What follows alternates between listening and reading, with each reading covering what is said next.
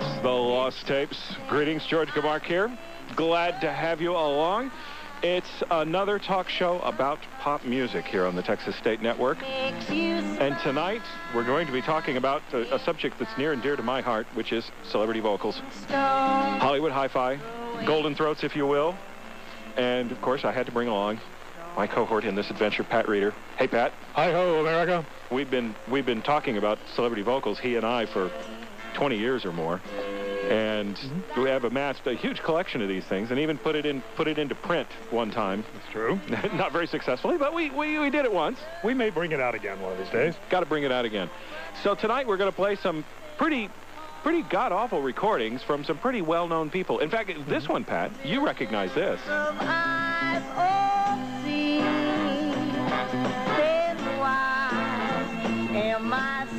What, are you laughing at this? Are you laughing at this? Pesci. Do you think this is funny? That's Pesci. That's Joe Pesci. Actually, no, that's Little Joe Ritchie. Little Joe. Yeah, Little Joe from his Brunswick album, 1968, doing the Bee Gees. It's strange, on this album he did, let's see, 1, 2, 3 Bee Gees songs, because he has a voice that is so well suited to do the Bee Gees. In that range. And 3 songs by the Beatles. And then, of course, one by Mel Torme. Because he's so similar. He has a similar vocal range to all of them. He is. Joe Pesci, Mel Torme, same guy. Should we play the real killer from Joe Pesci? Yeah, this was the one that we loved so much we put it on the Hollywood Hi-Fi CD that came out on Brunswick. Ah, this is so lovely. This is great. Now, the fun thing I like about this is how Joe Pesci, when he's singing, you know, he kind of holds it together, sort of, kind of in a karaoke bar sort of way. Yeah. During the verse. But that chorus. When he gets into the chorus, it's the car on the guardrail with the comet's trail of sparks. Yeah, Joe picks up the baseball bat and starts wailing. Ooh, ooh. Then I suddenly see you. Ooh, did I tell you I need you every single day of my life? Okay, he really nails it in the second one. He'll totally lose it. You didn't run, you didn't hide, you knew I wanted just to hold you. And had you gone, you knew in time we'd meet again, for I'd have told you. Ooh, you were meant to be near me, ooh, and I want you to hear me say we'll be together every day. Gotta get you into my life.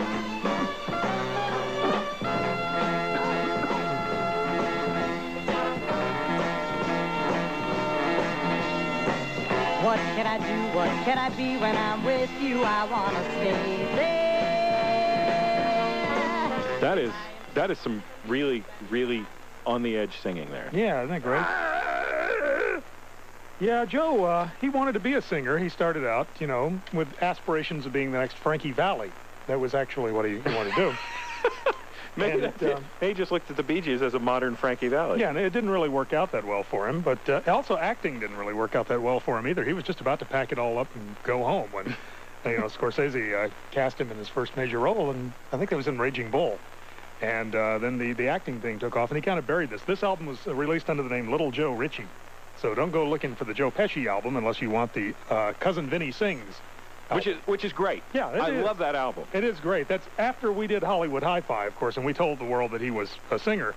Then he finally, you know, admitted to it, and he brought out his own Little Joe Sure Can Sing #2, which was Cousin Vinny, but he was hiding behind a character. This is the pure, unvarnished, you know, Joe Pesci. If you were to attempt to varnish Joe Pesci. You wouldn't want to varnish him. Okay. Let's do another one. Okay. Another person that I respect this guy because he's been involved with music for a long time, but you would have thought somewhere along the way he would have learned to stay on the other side of the microphone from music, and that is Clint Eastwood. Ah, Clint. Clint loves music. He has his own record label, Malpaso Records. You know, he loves 2 kinds of music, country music and jazz. He plays jazz piano. He did that in The Line of Fire, and does jazz soundtracks, played a jazz DJ, and Play Misty for me. And he also occasionally likes to record country songs, which doesn't work out quite as well as the jazz thing does. as we will hear, I think. You have something queued up there, George? Yeah, I'm actually going to go right to the beginning, 1962, his very first record, which you can't find. I mean, if it turns up on eBay, it's going to be like, you know, a $60 record. So we're going to save you the trouble wondering what it sounds like and save your money. Worth every penny, I say.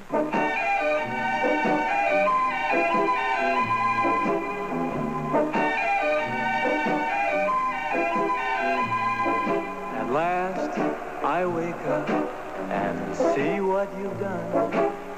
What's there for me but pack up and run? I know the rule. Get yourself another fool. You said that you loved me.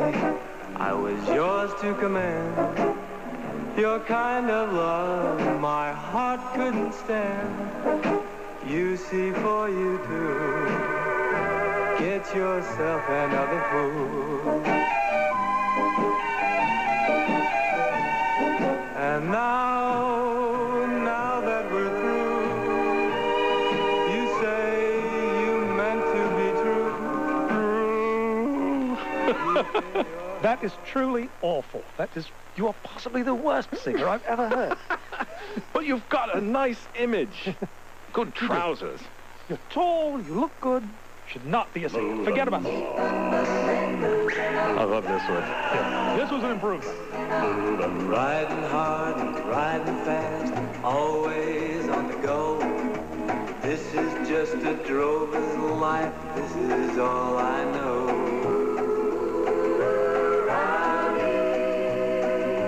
Head 'em up, move 'em out, always on the run. Got to make a few more miles before the setting sun. I've never had love to call my own. A poor drover's life is always alone.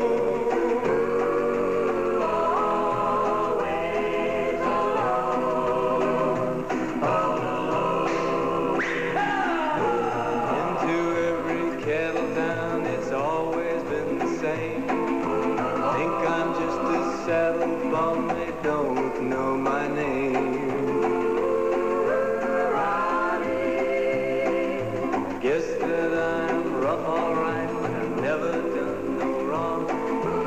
This is such a lonely trail, Lord, it seems so long. Well, I'm gonna leave someday, go far, far away, and find me a home and love of my own. That's enough to make the Prairie Dogs sing. Yeah, well, that was, of course, a tie-in to Wagon Train. He played Rowdy Yates on Wagon Train. So. Oh man, there was a whole album. There was a whole LP on Cameo Records in 1963, and he was signed to the same label. Just imagine that his label mates he was passing in the studio would have been Dee Dee Sharp and Chubby Checker and Bobby Rydell, and what in the world must they have thought? Well, they must have thought, there goes the tallest singer I've ever seen. And you know, Clint kept singing. He kept singing. He was in Paint Your Wagon. Really distinguished himself. Yeah, we all remember that. Even Lee Marvin's drunken singing couldn't repaint. Yeah. I talk to the trees. Oh God! Listen to me. And then let's see what else. Honky Tonk Man. Yeah, he sang in Bronco that. Billy. Well, he didn't sing a Bronco Billy, I don't think. But I know he did Honky Tonk Man. Honky Tonk Man, he played a singer dying of tuberculosis, which, you know, was perfect, frankly. He was on a really good record once. There was a hit country single by T.G. Shepherd called Go Ahead, Make My Day. Oh, yeah, I remember that one. But the thing is, T.G. Shepherd did all the singing on that, and then every so often, it was about Dirty Harry, and then at the end of every verse, Clint would step up to the mic and go, "Go ahead, make my day." That was his only contribution to it, and he did it brilliantly. Now, this was my favorite Clint Eastwood track that nobody knows about. Around me, everybody, gather around me while I preach some. Feel a sermon coming on me. This is old Clint, and he can't sing even worse. Will be sin, and that's what I'm again. If you want to hear my story, then settle back and just sit tight. Well, I start reviewing the attitude of doing right. You got accent, you ain't the positive and healing. This was a great song from a great movie that never made it into the movie. At his discretion, I'm sure. Didn't even play over the end title? I don't think so. I don't think this was anywhere in the movie. This is from In the Garden of Good and Evil. Midnight in the Garden of Good and Evil. Great movie. With the whole Johnny Mercer theme running through the album. He's doing a Johnny Mercer song. And, you know, he was the head guy behind that movie. This is on the soundtrack to the movie, but I don't remember. It certainly wasn't in the film. It may have been over the final credits. You think it might have been? The credits went on forever on that. And I stayed there through them because I really like that movie. Looks so dark. Man, they said we better. I think that's the most current, the newest Clint Eastwood singing that we'll be able to muster. This is a duet, isn't it? Isn't this a duet with another singer? No, it's just him. I thought he sang this with Kevin Spacey. Am I thinking of another? You must be thinking of something else. It's not this one. I know he does some duet with Kevin Spacey, and Spacey sings, too, pretty well. As a matter of fact, he's going to be playing Bobby Darin, supposedly. Cool. In an upcoming biography, and he wants to do his own singing. He wants to do Bobby Darin. I think he can do it. Kevin's a remarkably talented mimic. Yeah. He was singing also at the John Lennon tribute recently. So. Time to take a break. We're going to be back with more of the Lost Tapes in just a little bit with more celebrity singing. So leave it right where you've got it. George Gimarc on the Lost Tapes. That was...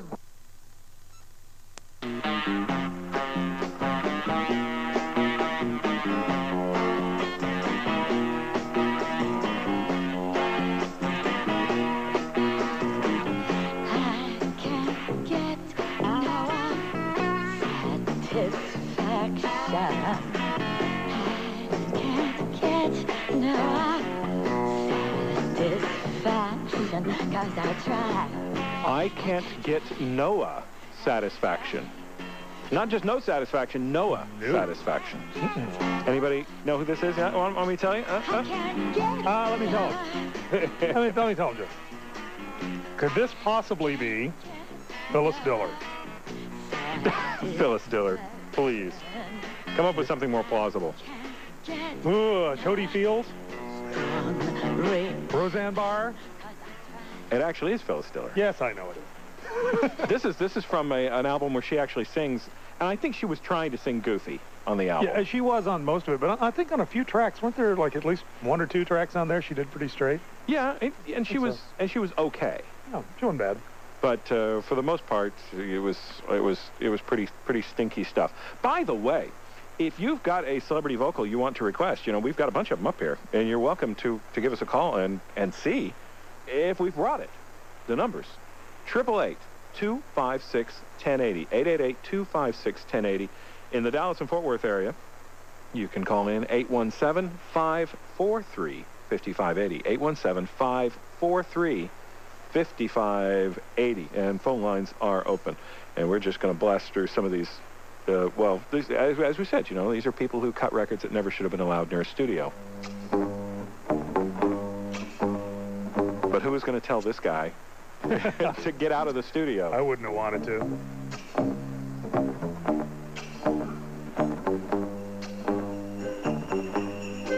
When the night has come and the land is dark and the moon is the only light we see, no, I won't be afraid. No, I won't be afraid. Just as long as you stand by me. And darling, stand by me. Oh, stand by me. Oh, stand.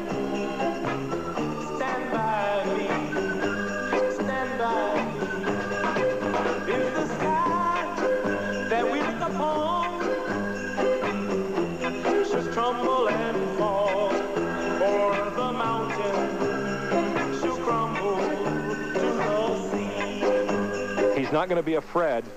No, he won't. But who's going to tell him? I don't know. And that would be Muhammad Ali, wouldn't it, George? well, Cassius Clay at the time the record was made, but Cassius Clay it didn't last long. He was Cassius Clay for about a year, and then he became Muhammad Ali when he went to the Pokey. But he did an album and a single. The single is this. The album is actually a stand-up comedy album. Mm-hmm. It's interesting. He was a funny guy. You know, he did the poetry and everything. It's pretty funny. Yeah. You know what I'm looking forward now is that now that Mike Tyson seems to be headed toward that great last round in the sky, career-wise, maybe he'll start making records. You know, I never thought of it, but he should. Yeah, there aren't enough people with bad diction in the music industry. We need Mike Tyson. And I can't think of the last time I heard a really good lisping singer. Yeah. Well, that would be fun, wouldn't it? And he's got that tattoo on his face, so... Yeah, he's the Maori warrior now. He's ready to go. Absolutely. Well, let's see if we can grab a phone call, and if everything works right and I punch my digitals right, then Galen in Amarillo is there. Is that you? Hey there, let's play something really horrible. How about Lucy in the Sky with Diamonds by William Shatner? You know, and it only took 20 minutes before that one came up. Yeah, it's a new record. Yeah, you just want to go right over the marijuana and skip straight to the LSD, don't you? Yes, sir. Okay, is it Lucy in the Sky you want to see? Because I could play It Was a Very Good Year or Mr. Tambourine Man. Well, anything by William Shatner is absolutely horrible. I mean, so anything would be good. Okay. Oh. See, I think we've heard Lucy in the Sky a lot, but I don't think I've actually played It Was a Very Good Year in a long time. That's a nice one. Let's hear it then. Okay. And you know, what year would this be? This would be 1972? Is that when he cut the Transform Man? It was after Star Trek is when he cut the album. It was after Star Trek. Well, let me see. And, man, what a disaster of a record it was. Let's see. I have to look it up. See, I have this brilliant book in my hands called Hollywood Hi-Fi that we actually wrote 1970. There we go. 1970. Okay. But it's been a little while since we wrote it, and I've lost a lot of brain cells since then. And unfortunately, I've lost the one that contained the exact year in which this was recorded. So here's 1970. Here's Frank Sinatra's It Was a Very Good Year, done, or actually the Kingston Trios by way of Frank Sinatra, by way of William Shatner. Thank you very much. Brace yourselves.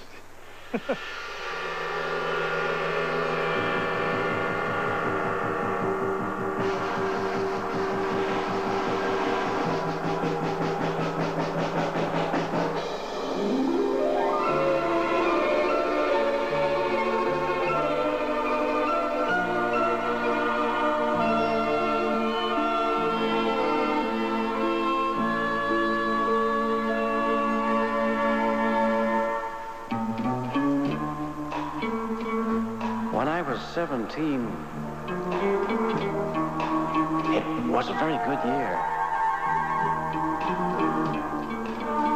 It was a very good year for small-town girls and soft summer nights. We'd hide from the lights on the village green when I was 17.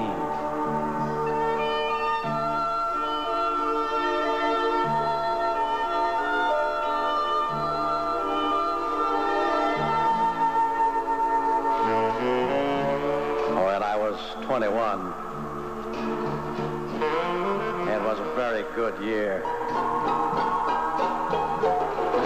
was a very good year for city girls who lived up the stair with perfumed hair that came undone when I was 21.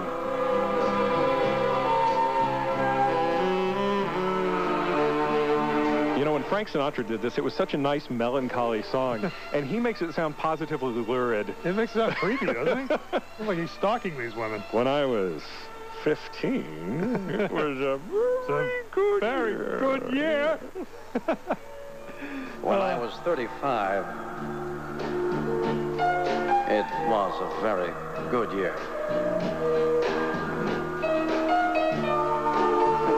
a very good year for Cummerbunds. girls of And hair pieces. He sounds like Frank Gorshin as the Riddler, doesn't he? It's pretty And odd. that sort of pronunciation that the Riddler did. I love him. 1970 was not a very good year for music. You know, and you know, he actually has done a couple of recordings since then, and I think when he did that album, he was the joke. Then he got the joke, and now he's playing off of it, and he seems to have a really good sense of humor about it. Yeah. He actually, I've always said he made more money off bad singing than he ever did off Star Trek. Because he did those Priceline.com ads where he was doing the bad singing. They paid him in stock. He cashed it in for like $3 million. And those would not have happened had he not done the bad singing. Right. So he actually has made more money in his career off of bad singing than he did off of doing Star Trek, the original series. Exactly right. Because it wasn't Star Trek that got him hip with the kids. No. Because why else would they have put him with a band? Right. They wanted him to do the bad singing. So, yeah. Excellent point, Pat. Excellent point. Pat Reeder's with me. He's the Hollywood Hi-Fi guy, man. The Hollywood Hi-Fi guy. He's here. He's in the house, as they say in the hood. I'm in the house. And you're welcome to call 888-256-1080. In the Dallas-Fort Worth area, it's 817-543-5580. We're going to take a break. We've got to do our little contest. Yeah, we got a contest. Give away a copy of the book or something. Win a free book. And we'll be back with more right after this. George Gimarc, Lost Tapes. If you ain't good looking, what you got cooking? How's about cooking something up with me? Hey, sweet baby, don't you think maybe we could find a brand new recipe? Oh, man, you've seen him on game shows. You've seen him on the Love Boat, but John Davidson should not be singing. I don't know. He's just too incredibly square. It's not that he isn't a good singer. He's just too square. Well, he made lots and lots of albums, though, right? He certainly did. He was on Broadway recently in State Fair, as I recall. That is him trying to do Hank Williams, and I'm afraid Hank would just kick him out behind the barn if he had ever actually heard that version of his fantastic work there. He'd be in the doghouse for that. Indeed he would. Ray, is that you? Yeah, hello, I'm here. Welcome to the Lost Tapes. Hey, welcome to Tucumcari, New Mexico. Do you know where I'm at? By a phone? Yeah, we're just saying we once went from... Do you know where Tucumcari, New Mexico is? I have no idea. You have no idea. I know where Las Cruces is, and that's about it. I've been from Tucson to Tucumcari. Well, Las Cruces is on that's on I-10. We're up here on I-40. We're about 180 miles west of Amarillo. Well, after the show, we'll be right over. Oh, well, come on over. We'll have pizza. So you're probably getting I got a couple of beers left. So you're probably getting this on 710 KGNC. 1080. 1080. Okay. Well, we're in Amarillo as well, so KRLD. We don't pick, for some strange reason, we don't pick up Amarillo here. I don't know. It's kind of like an alien thing or something. Too many mountains. That's it. Too many flying saucers out there jamming your signal. I don't know what it is. I don't know what it is. But you guys are just getting on to something here. Now, I tuned in early, and I'll tell you, you hit a couple of points. One thing, on the comedy side of it there, you were talking about the Kingston Trio earlier. Okay. And I don't know, I don't know what your show's about tonight, what you're doing. Well, it's primarily celebrities who cut records but never should have been allowed near a studio. Okay, I got that. I sure got that. The Kingston Trio. Well, you did mention. I'll just put this in here, just to be popular, I guess. You did mention the Kingston Trio. I just wanted to mention a couple of their records I did remember back there in the, I guess, the 50s that really were popular. Was that Tom Dooley? You remember that? Right. Yeah. I was just mentioning the Kingston Trio because we were playing It Was a Very Good Year, which people associate with Frank Sinatra. Very good year, right. Right. But it actually started with the Kingston Trio, as did several songs that we associate with other artists. The Kingston Trio actually were the first to record them. Another one would be that. What was that? That horrible Terry Jacks. Seasons in the Sun. Seasons in the Sun. Yeah. Started with the Kingston Trio. You guys might be making some enemies, long-time enemies tonight. doing this, but you know, you're bringing out the truth. Well, we're certainly taking off all the anyway. Terry Jacks fans tonight. I remember that. I do remember that. But I didn't, with the Kingston Trio, that was not against them, in favor of them. I thought that, you know, that Tom Dooley, that was a great, you know, at the time. Yeah, but they're not celebrities, so... I'm a little older than you guys are, you know. I love the Kingston Trio. I got a whole shelf full of their albums. And then Tijuana Jail. Tijuana Jail, great tune. Yep. One saw them doing it on the old Jack Benny show. I can really relate to that one. Well, one of these days, Ray, I'm going to see if I can get Bob Shane. He lives out kind of your direction, and we're going to see if we can get him in to do the show, even if we have to do it on the telephone, and do a night on the Kingston Trio, because I've been thinking about doing that for a long time anyway, because they sold so many records, and they still sell records, and so many songs started with them, as I said earlier. So that's one we're going to have to work with, and I'm glad you put that back at the top of my mind so I can flesh it out and make it real. Thanks for calling, Ray. I'm looking at the clock, and I'm seeing I got to take a break. When we come back on the other side, we will have the mystery song, and we're going to get to Stephen, and we're going to get to Travis, and we're going to get to anybody else who happens to be calling in on 888-256-1080. That's a free call, by the way. 888-256-1080. The Lost Tapes. George Gimarc on the Lost Tapes. When Mac told me about BC Powder, I had no idea it would start a 20-year friendship. Yeah, I remember Tim laying on the locker room floor. It was my first televised wrestling match. You were the referee. A lot of help you were. I got tossed in the third row of seats. Yeah, no, that's a BC moment. My back was sore, neck was sore, shoulder was hurt, and you said, here, kid, here's a BC. Yeah, BC works quick. It'll get you back on your feet to do it all over again. BC is the best-kept secret in wrestling. Not anymore. BC Powder. Share the relief. Use as directed. Arthritis Strength BC Powder helps you do the things you enjoy. Take it from Bill. I'm Bill Overton. I work on protecting caves in the state of Tennessee. Nothing happens fast in a cave except BC arthritis. You crawl, you climb, you wiggle through holes. I've started taking BC arthritis to relieve the aches and pains of the typical cave days. But with arthritis pain, you feel like there's sand in your joints. You take the BC with you, you're going to have a good trip. Arthritis Strength BC. Pain relief at the speed of powder. Use as directed. There are good reasons why Jointritis has become the #1 topical pain reliever in drugstores today. Jointritis Arthritis Pain Relief Ointment contains the medicine you need at maximum strength to stop your pain, plus soothing triple skin conditioners, lanolin, glucosamine, and chondroitin. If you haven't experienced the pain relief that millions of others have with Jointritis, now's the time. Jointritis and Walgreens have joined together to make it easier for you to get the relief you want. During February, Walgreens is having a special sale on Jointritis. From our original ointment to our high-potency cream formulas. We're so confident Jointritis will relieve your arthritis pain, we offer a full money-back guarantee. And look for the new Jointritis Extra Strength Medicated Pain Relief Patch. Powerful relief in a flexible patch you can wear for up to 8 hours of continuous relief. It's the only patch that offers a full money-back guarantee. So hurry to the Jointritis sale at Walgreens. We've got all your pain covered. Use as directed for temporary relief of minor arthritis pain. You wouldn't choose the car you buy without taking a test drive first. Now you can test drive your next vacuum, too. Here's an invitation for you to take that test drive from Oreck.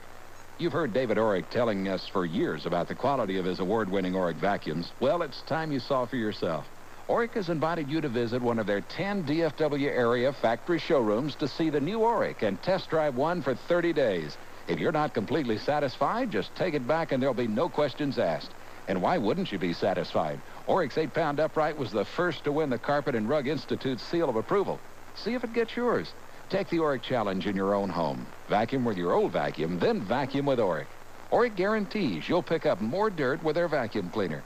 So visit one of the 10 area Oreck showrooms today. To find the one near you, call Metro 972-445-5435. That's 972-445-5435. And take the Oreck challenge. The News Watch never stops. All news, all day. Only on News Radio 1080, KRLD. When you get a good idea and you need someone to tell it to, just scratch your head and roll your eyes and simply say,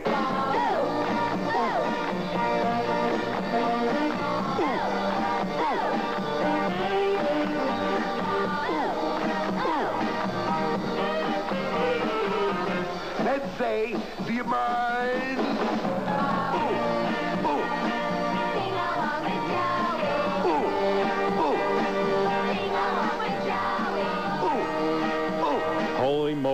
a stinker. It's the Lost Tapes. My name is George Gimarc. Pat Reeder is my guest tonight, and this is Pat. Oh, this is Joey Ross. Joey Ross from Car 54, Where Are You? That was what was going on when this came out. He was cashing in on the catchphrases, which were, do you mind? And, ooh, ooh. You might remember the guy. Let's try it one more time. Ooh, ooh. This is, I think, one of the only songs I can think of that has actually built around the musical couplet. Na, na, na, na, na, na. Yeah, it really is annoying. And the production on it, it's like, this is Phil Spector production on this thing. It's like, you know, where was Phil and his gun when this was being recorded? This is Phil Spector of New Jersey, of Tenafly, New York or something. I don't know. Oh, man, that is a colossal stinker of a record. That may be the most annoying celebrity record ever made. Stephen, welcome to the Lost Tapes. Good evening. For your caller from Tucumcari, that was a song by Jimmy Rogers. Tucumcari, that's right. Exactly. Now, I wonder how far that is from Bim Bombay. Other side of the Pacific. I got a real hokey one here for you. Okay, we're ready. And worse than that, it's a B-side. All right, ever hear of I Didn't Come to New York to Meet a Guy from my hometown? From my hometown? It didn't come to New York. Nope, we're getting... Right. It's the B-side of L. David Sloan by Michelle Lee. Oh, okay. I don't know that. Well, Michelle Lee could sing. I mean, she did Broadway. She was in How to Succeed in Business Without Really Trying, the movie. Oh, that's right. That's where I know that came from. So I don't know if I would consider Is it a bad record? Yeah, it's real bad. I didn't come to New York to meet a guy from my hometown. Okay. So, and that was only on a 45? Yeah, as far as I know, it was the B-side of L. David Sloan. Okay. Well, I'll put that on the list of something to go hunt for then. I could have sworn I had seen some sort of an album with her on it before. What's your contest? I'm going to play a song right now, and we're going to... The only hint I think I'm going to give is that this is somebody we know as a TV celebrity in black and white. And I think that's all I'm going to say for now. If it goes a long time and nobody gets it, then well, I'll give some other hints. But that's the only hint, and the prize is a copy of Hollywood Hi-Fi. You know, it's an out of... Can I call back if I know it? Well, yeah, give it a try. Okay. Yeah. Okay, Stephen. Oh, by the way, one thing before he goes, I'm checking out the celebrity vocals book here. There were 2 Michelle Lee solo albums.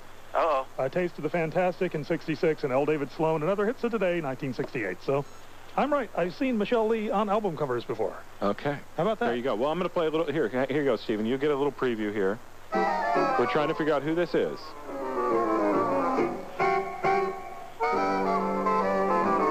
I'll be your hullabaloo, caloffer-doffer, and in the spring you'll be my flallagadoodle, hopper-dopper, and I'll buy a ring. And someday when we get married, we'll have the cutest little wiggledy-waggledy, diggledy-daggledy-dee. There you go. Red Skelton? No, it's not Red Skelton. Not Red Skelton. Not a bad guess. Nice try, Stephen. Thanks for calling, and we'll talk to you again some other time. And let's see if I can move along and find Ed in Irving. Hey, Ed. Yes, I don't have any idea on that one, but in line with what that last caller was talking about, if you want to hear a real hoot, why play Homer and Jethro's Take Off on El Paso. And El Paso numero dos. Right. The reason I called in, I was listening I saw Ben Wattenberg on TV some year or so ago, and they were reviewing the life of the March King, John Philip Sousa. Okay. And Ben said that when I get the feeling down in the dumps, I'll go home and play an hour or two of marches. And I was just wondering if you ever had the urge to have an hour or two of some of the greatest marches, plus some of the patriotic songs of Irving Berlin. One other thing I'd like to mention, back about 65 or 70 years ago, which was in the 30s, the pay for an Army private or a Navy apprentice seaman was $21 a month. And someone wrote a song, $21 a day, once a month. And I'd give, one tooth, I guess, if I could get the words for that song. Wait a minute. Is it a tooth out of your plate or a tooth out of your head?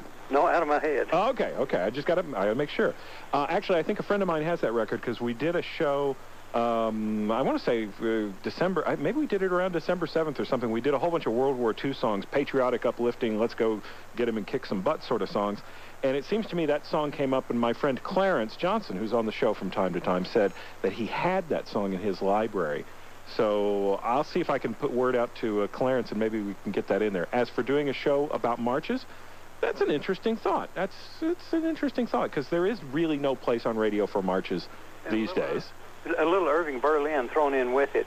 But, yeah, I'll be listening every Sunday night to see if I can hear, or Saturday night, I guess it is yet, see if I can hear that $21 a day once a month. Okay, let me see if I can dig that one out from somewhere. Thanks for calling, Ed. Appreciate hearing from you. I have to take another short break, and we'll be back with your phone calls. Coming on, Travis. And phone lines are open, 817-543-5580 in the Dallas-Fort Worth area. And up for a prize is a copy of the Hollywood Hi-Fi book. If you want to see more of this sort of stuff, just go to Gimarc.com, GIMARC.com, and follow the link to Hollywood Hi-Fi, and you'll see what it's all about. George Gimarc, Lost Tapes. If you are single or legally separated and have supported a dependent financially during 2002, you may be eligible to file as head of household and be taxed at a lower rate. To qualify, you must have paid more than half the cost of maintaining a household for a qualifying person who lived with you. An exception to the rule that the qualifying person must live with you applies when you are providing financial support to a dependent parent. In such cases, you may be eligible even if the parent does not live with you. Generally, you qualify if, for the entire year, you paid more than half the cost of keeping up your parents' home or keeping your mother or father in a nursing home or adult living home for the elderly. To file as head of household, you can use Form 1040 or Form 1040A. Indicate your choice of this filing status by checking the appropriate box and use the head of household column in the tax table to compute your tax. If you're not sure whether you qualify for filing as head of household, a CPA can help you determine your eligibility. Financial foresight from the Texas Society of CPAs. Hey, all you big boppers and sock hoppers, Sun City, Texas and Georgetown is where it's going down during American Classics weekend. I'm talking about the Rockin' 50 Street Festival at Sun City, Texas, today from 11 a.m. till 5 p.m. Come shake it to some hoppin' tunes, American Bandstand style. Enjoy a root beer float and enter to win an all-American RV road trip to Big Bend National Park. All proceeds support our furry little pals and gals at the Humane Society. So come see what's shaking at Sun City, Texas. Hiya, kiddo. What's your name? Deborah. Debbie, what do you think of the 12 new Sun City, Texas model homes? I like them. They really make me want to move, you know? So many choices, and each more beautiful than the next. And they start at $105. How cool is that? There you go, Daddy-O. Sound like your thing? Then give us a ring. 1-800-842-3152. Sun City, Texas by Del Webb. Great homes, great neighbors, great life. It's an American classic. Do you feel like half the man you used to be? Do you feel tired and irritable? If so, you could have low testosterone. I'm Dr. Richard Cohen, MD, men's health specialist. Testosterone levels can fall rapidly after age 35, but now you can boost your testosterone naturally. Introducing Protosterone, the powerful new testosterone boosting system I developed for men who are starting to feel their age. Protosterone supports your body's ability to produce testosterone the way you did when you were younger, so you can restore your energy, youthful drive, and staying power. Testosterone keeps a man energetic and confident. You can feel that way no matter what your age. Protosterone can help. Call now for your risk-free confidential trial of Protosterone. 1-800-345-7650. 1-800-345-7650. Guaranteed to work for you or your money back. 1-800-345-7650. Results will vary. KRLD. All news, all day. News Radio 1080. KRLD.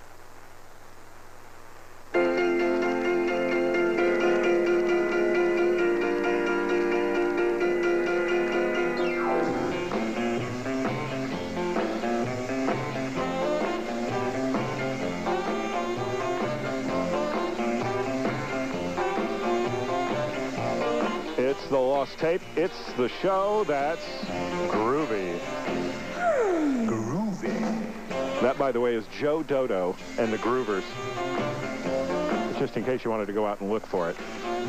But as usual, when you hear something on this show, don't go out and look for it because they'll think you're crazy.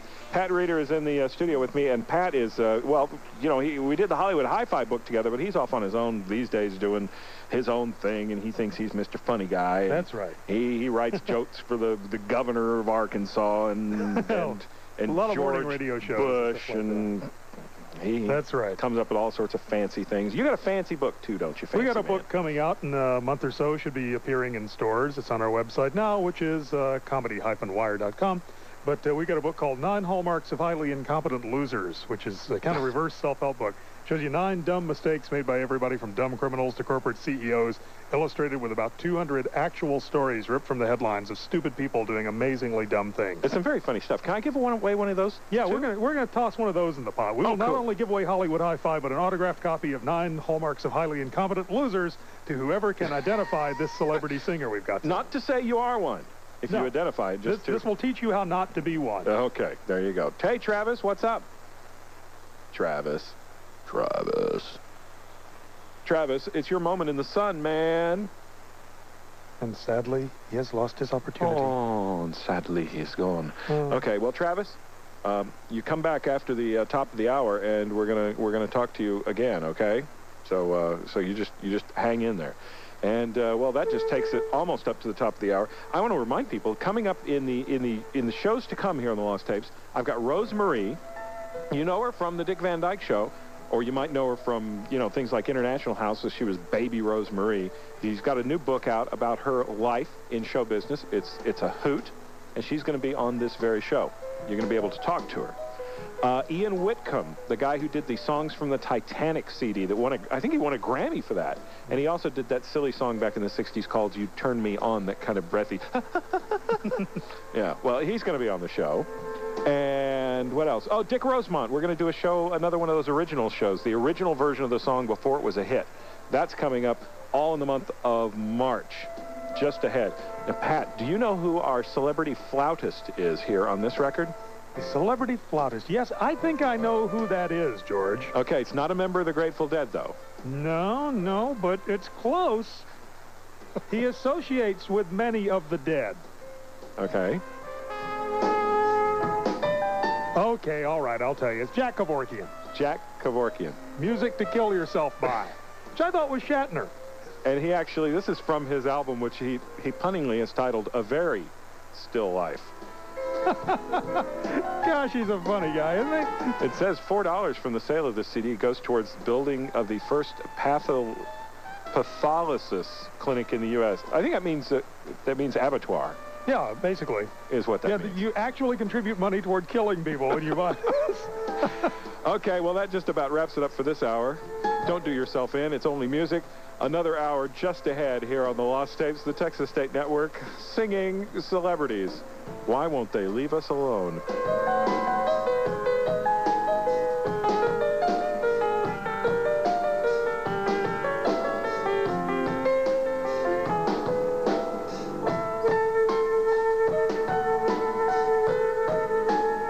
Oh, just go away. Still using clarinet.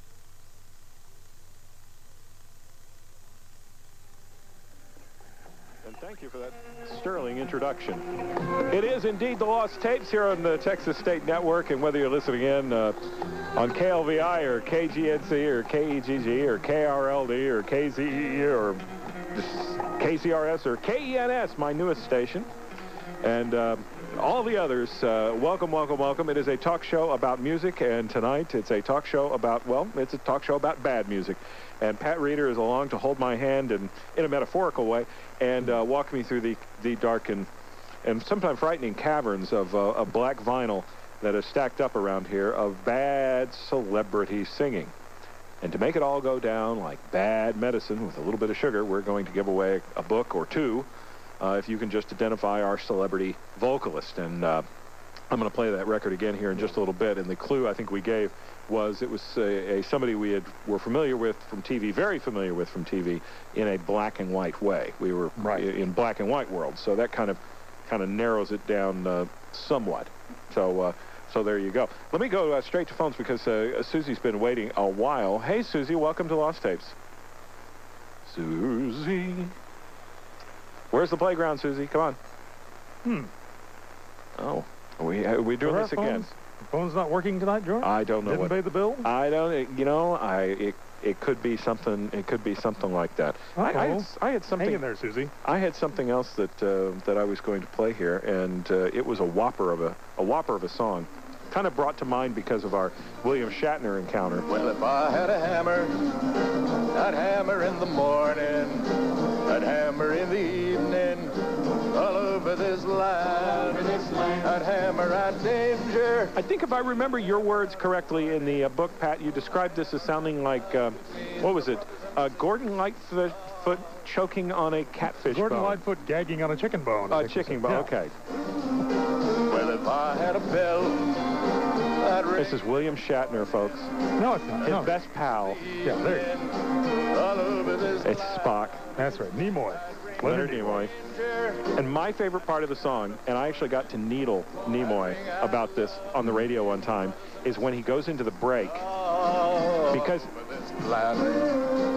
the chorus is bad enough. It's drippy enough. Well, if I had a song, I'd sing it in the morning, I'd sing it in the evening, all over this land, I'd sing out danger, I'd sing out a warning, I'd sing out love between my brothers and my sisters, all over this land. Okay, now dig this. This is great.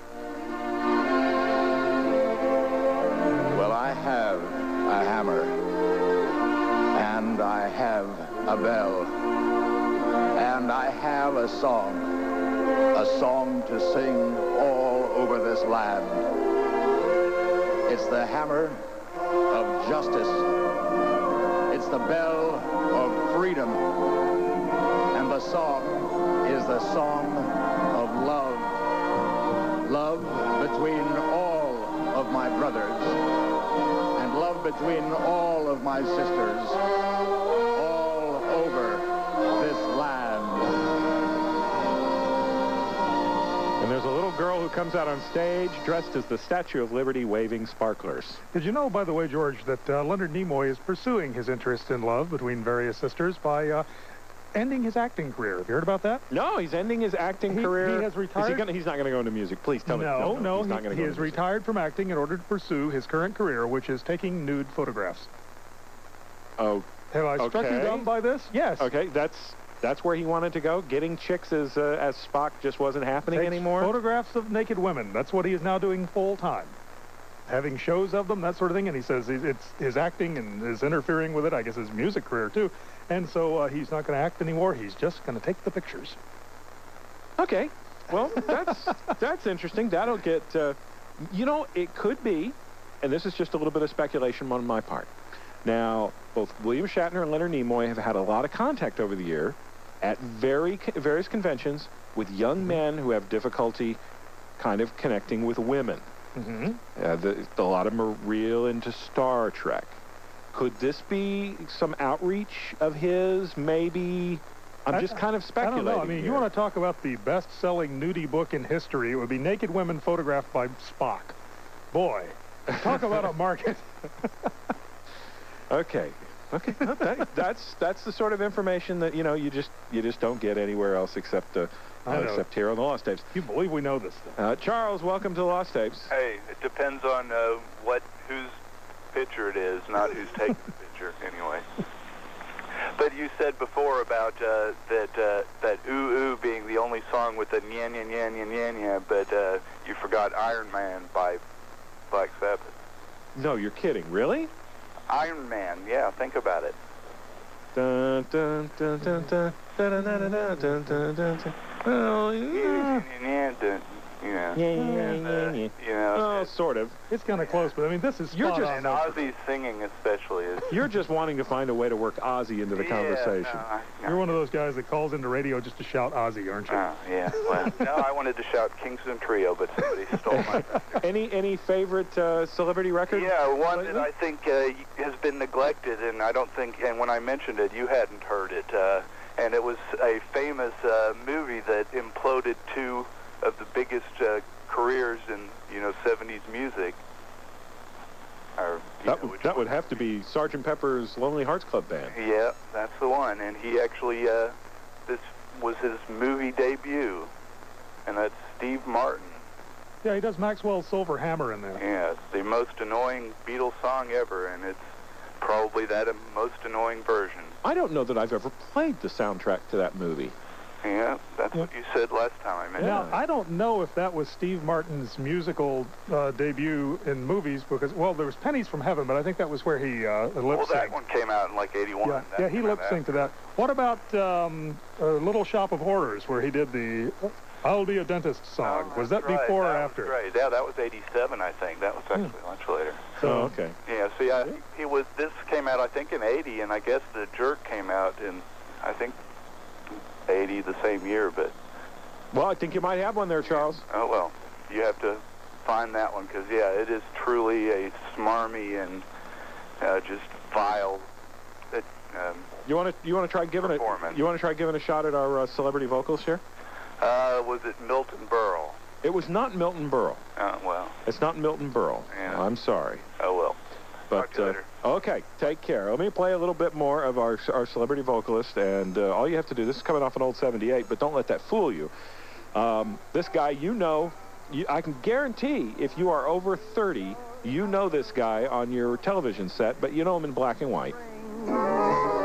You just don't think of him as a singer at all. Hopper Domper, and I'll buy a ring. And someday when we get married, we'll have the cutest little wiggledy-waggledy, diggledy-daggledy-dee.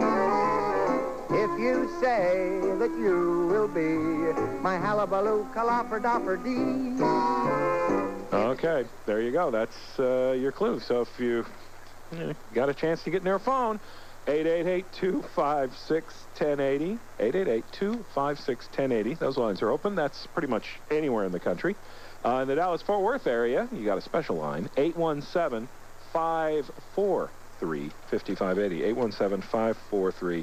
817-543-5580. You know, another thing that I wanted to play was a little bit of Jerry Lewis, because we've got this real dichotomy of Jerry Lewis. We've got Jerry Lewis when he was doing the films with Dean Martin, and then Jerry Lewis when he starts taking himself seriously after the split, or 1956, 57, or whatever it is. It was 57. And it was really reflected in his recordings. He got signed to a record deal with Capitol Records the same time Dean Martin did. And he cut a lot of records. Not as many as Dino, but he cut a lot. Yeah, I kind of chafed Dean, I think, because he actually had a chart hit before Dean did. As a solo artist, yeah. His Rockabye Your Baby with a Dixie Melody actually was on the charts, I think, before any of Dean's solo things were. Oh, no, that's not true. Post-breakup. Yeah, post-breakup. Oh, okay. Because Dean Martin had many chart records before 1958. Yeah, but the thing was, there was the deal there. Would they be able to make it apart? And who was going to be the bigger star? And the fact that Jerry put out a serious record and had a hit before Dean was really annoying, I think, to Dean. Now, the strange part is that Jerry, when he was with Capitol, put out all these incredibly goofy records that they weren't children's records. These were just goofy records. Yeah, they were aimed at normal folks. Fun novelty records with the Jerry Lewis voice that we all know. And after he split, he dropped the persona, although he would do it in movies, like the errand boy and what have you.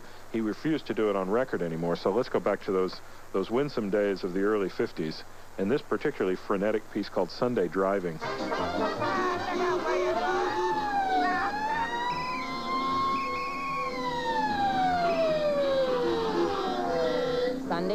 Sunday driving through a million cars I'm diving. No escaping, fender scraping, lest you hit a tree. Sunday driving, there's an ambulance arriving. A collision in my vision, maybe it was me. A lady driver signals left and then she makes a right. I hit her in the rumble seat, that isn't too polite. She screams, "You beast, you awful thing, where do you think you're going?" And I answer, "Don't look now, dear, but your rumble seat is showing." Sunday driving, for a peaceful day I'm striving, but each Sunday is the one day, 'cause they're everywhere. What do you think? Is that a goofy record or what? And it just goes on and on and on and on and on and on and on. And of course, when the record is playing at 78, which is the way it was originally released, it's spinning at 78 RPM, and it's with Jerry singing that frantic song. It works. It's just a complete wonderful record. He could have worked with Spike Jones. Yeah, his early stuff like that in the 50s is just great. I love that stuff. Well, I got to take a break. It's that time. You got to pay some bills. And then we're going to be back to your phone calls with more guesses to see who our mystery vocalist is. And if nobody gets it in the next little, bunch of calls, we'll drop a hint or two and see if we can help you along to figuring out who was singing that incredibly goofy song just ahead. George Gimarc, Lost Tapes. That was...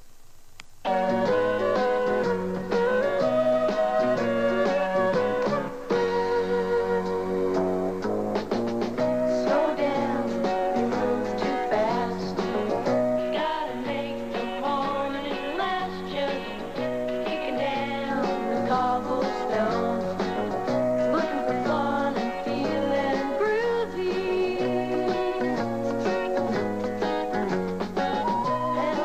It's the Lost Tapes.